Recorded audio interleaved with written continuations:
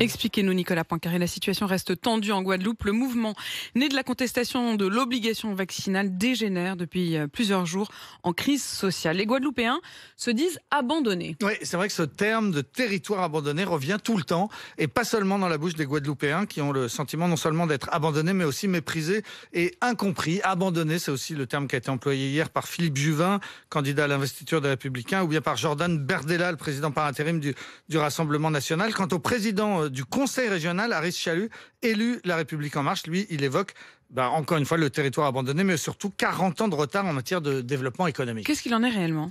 Alors en réalité, c'est difficile de parler d'abandon parce que la France dépense quand même beaucoup d'argent pour les dom-toms en général et pour la Guadeloupe en particulier. Lors de la dernière grosse crise sociale dans les Antilles en 2009, on avait calculé que les départements d'outre-mer coûtaient 16 milliards par an, soit par exemple 2 fois le budget de la justice de l'époque. On arrive à ce chiffre en additionnant le coût de la fonction publique, les exonérations de charges pour les entreprises et le manque à gagner pour l'État dû à toutes les niches fiscales. Ajoutez à cela les subventions à l'agriculture, les aides pour les jeunes qui viennent étudier en métropole, les salaires bonifiés pour les fonctionnaires, les retraites, elles aussi supérieures. Tout cela coûte cher. Tout cela permet aussi à la Guadeloupe d'avoir un des niveaux de vie les plus élevés de toute la région Caraïbe. Donc de ce point de vue-là, non, la Guadeloupe ne peut pas se dire abandonnée. Et pourtant, on le voit bien, l'île, elle connaît un fort taux de pauvreté. Absolument, et c'est donc le paradoxe. Un tiers des Guadeloupéens vivent sous le seuil de pauvreté. Le taux de chômage est 2 fois plus élevé qu'en métropole.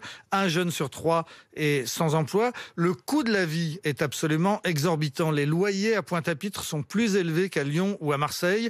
Un député a photographié dans un Super U un poulet bio vendu 51,45 €. 51 € le poulet. C'était à Saint-Martin en l'occurrence, et pas en Guadeloupe, mais le problème est le même. Le problème, c'est que tout est importé et imposé, puisque les collectivités territoriales taxent les produits à l'entrée en Guadeloupe. On appelle ça l'octroi de la mer.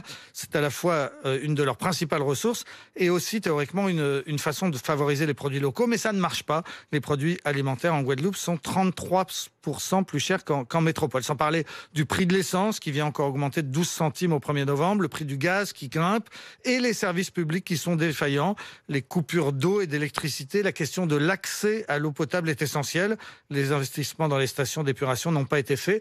Donc de ce point de vue-là, bien c'est l'inverse. De ce point de vue-là, les Guadeloupéens ont raison de se dire abandonnés, et le président de la région a raison quand il parle de 40 ans de retard d'investissement. Le mouvement de colère auquel on assiste, il est autant dû à la crise sociale qu'à la question du vaccin en fait. Oui, le facteur déclenchant, c'est bien sûr l'obligation de se faire vacciner pour les personnels soignants et les pompiers. C'est cela qui a provoqué les barrages sur les routes, mais dès le début du mouvement, les syndicats ont envoyé aux autorités 32 revendications qui tournent bien autour des deux questions, le sanitaire et le social. Ils demandent le retrait du pass sanitaire et de l'obligation vaccinale, mais aussi des augmentations de salaire et des embauches massives dans la fonction publique. Le mouvement maintenant menace de faire tache d'huile en Martinique. Le gouvernement va sans doute lâcher du lest sur l'obligation vaccinale, notamment des pompiers. C'est ce que nous a annoncé ici même il y a quelques minutes le député guadeloupéen Olivier Servat. Le gouvernement va aussi sans doute devoir lâcher sur le pouvoir d'achat. Lors de la dernière grande contestation en 2009, Nicolas Sarkozy avait payé 800 millions d'euros pour